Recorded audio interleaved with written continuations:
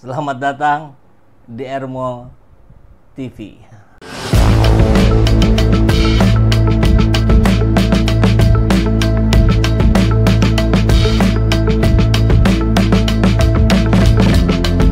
Bersama saya, Saiful Zaman, kebaikan yang terorganisir akan selalu mengalahkan kejahatan.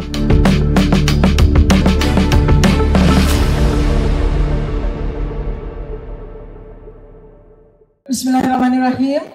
Assalamualaikum warahmatullahi wabarakatuh.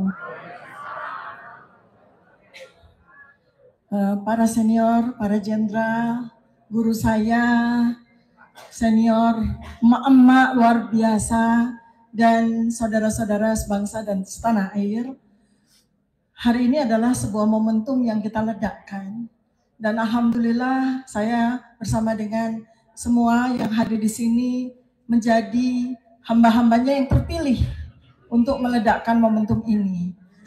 Karena insya Allah apa yang kita semua sampaikan pada hari ini akan disiarkan di seluruh dunia, bukan hanya di seluruh Indonesia. Karena kita menggunakan media sosial, itu bahkan sampai ke 7 benua pun mendengarkan suara kita. Saya sedikit memberikan laporan bahwa saya bersama diaspora internasional di 11 negara, kami sudah membuat surat sampai ke PBB, sampai ke Amnesty International, sampai ke Komnas HAM Internasional.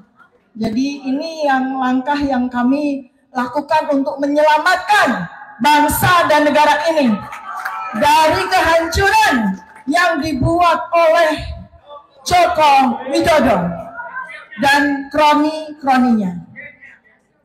Baik, saya Dr. Diva. Saya seorang ibu rumah tangga biasa. Saya seorang perempuan dengan anak-anak. Saya seorang peneliti sederhana saja, yang saat ini sedang berjuang untuk menegakkan kebenaran, keaslian ijazah Joko Widodo yang sudah dipergunakannya meraih kekuasaan selama 20 tahun, sejak tahun 2005 menjadi wali kota dengan ijazah yang pantas dipertanyakan, menjadi gubernur dengan ijazah yang pantas dipertanyakan, dan menjadi presiden 2 periode dengan ijazah yang pantas dipertanyakan. Saya bukanlah pejabat, saya bukan elit politik, saya bukan bagian dari kekuatan besar dengan dana besar seperti yang difitnahkan, seperti yang dituduhkan secara sewenang-wenang oleh Ali Mohtar Ngabalin. Saya hanya seorang ibu biasa seperti emak-emak yang hadir di sini. Saya perempuan, saya hanya menggunakan kewajiban saya sebagai peneliti untuk mencintai kebenaran. Saya lahir dan dibesarkan di negeri ini, dan saya memiliki satu keyakinan, kebenaran harus ditegakkan apapun resikonya. Saya memulai kajian terhadap keaslian ijazah Joko Widodo bukan karena kebencian pribadi, bukan, melainkan karena tanggung jawab akademik saya, karena tanggung jawab moral saya sebagai warga negara. Karena sejak bertahun-tahun yang lalu saya menemukan kejanggalan-kejanggalan yang tidak bisa diabaikan. Saya hanya aktivis sosial di tengah lapangan bersama dengan masyarakat selama puluhan tahun. Lapangan penelitian saya di desa-desa, 38 provinsi, 83.000 desa-desa selama puluhan tahun saya bekerja di tengah-tengah masyarakat. Hubungan saya dengan Bandung sangat dekat, Bapak dan Ibu. Ayah saya almarhum adalah pendiri dari Fakultas Psikologi Universitas Islam Bandung. Dan saya pun juga saat ini menjadi murid di Fakultas Ilmu Sosial dan Ilmu Politik Universitas Pajajaran. Sedang belajar sungguh-sungguh menjadi seorang ahli politik di program doktoral saya yang kedua. Supaya mendapat ijazah asli. pada konferensi pers Bareskrim, kita melihat bagaimana data-data yang disampaikan, dokumen-dokumen yang disampaikan secara digital oleh Bareskrim, ada justru menambah kejanggalan-kejanggalan terhadap aslian ijazah tersebut. Kami, saya, sahabat saya Adinda Dr. Rismon Sianipar, sahabat saya Kakanda Dr. Roy Suryo, kami peneliti, mata kami sangat jeli. Justru malah kami melihat tambah lagi kejanggalan-kejanggalan yang diperlihatkan. Salah satunya yang bisa saya sampaikan, mungkin nanti Adinda Dr. Rismon bisa menambahkan, ada kartu hasil studi yang menunjukkan dengan tangannya sendiri dia melingkari sarjana muda. Bahkan di transkrip nilai yang ditujukan oleh Bareskrim tertunjukkan hanya menempuh 122 SKS.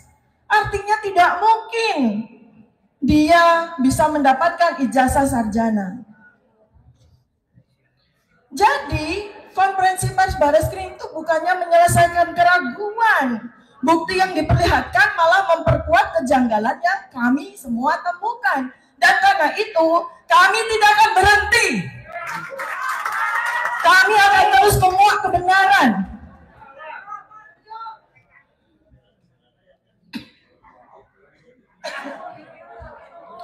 Ibu-ibu nggak biasa teriak-teriak, jadi butuh minum.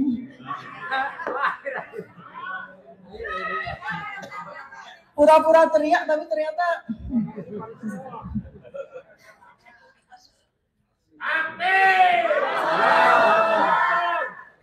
saat ini Jokowi sudah meluncurkan serangan-serangan yang masif melalui buzzer-buzzer junior yang kami sebut termul, Pernakan Mulyono, maupun buzzer-buzzer senior yang bahkan punya jabatan publik, anggota DPR, pejabat publik, staf sus presiden, bahkan sudah melakukan pelecehan psikologis kepada kami semua. Serangan buzzer-buzzer yang tiada henti. Dan pemanggilan hukum kepada kami dengan tuduhan yang berat, pasal-pasal yang berat. Kami para peneliti yang sedang melakukan pekerjaan kami dituduh dengan pasal-pasal berat.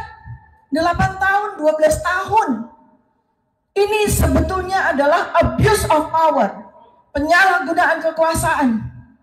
Hukum justru dijadikan alat untuk membungkam dan menekan para peneliti seperti kami, bukan untuk menegakkan keadilan. Aparat negara lebih cepat mengusut kami ketimbang menindaklanjuti berbagai kejanggalan-kejanggalan dokumen. Ancaman hukuman kami dengan pasal-pasal karet sungguh tidak main-main. Keluarga saya, anak-anak saya mengalami teror. Anak-anak saya yang tidak punya salah apa-apa mengalami teror.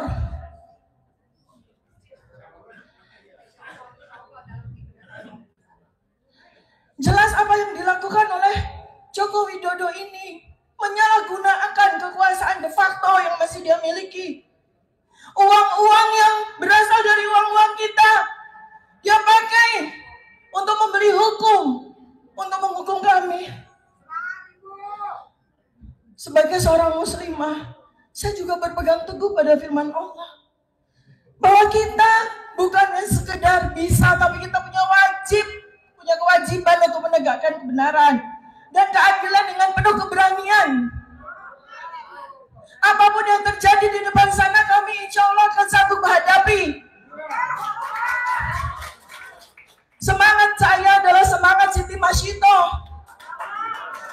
yang rela digoreng Fir'aun untuk menegakkan akidahnya.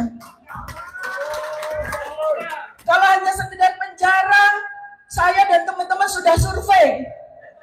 Saya, Bang Rismon, Bang Roy sudah survei kayak apa Salemba, kayak apa yang namanya Pondok Bambu.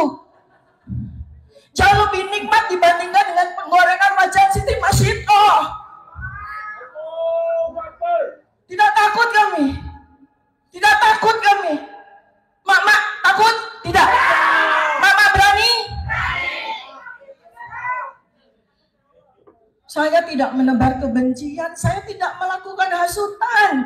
Saya hanya ingin menegakkan kebenaran. Karena saya tidak mau jadi setan bisu.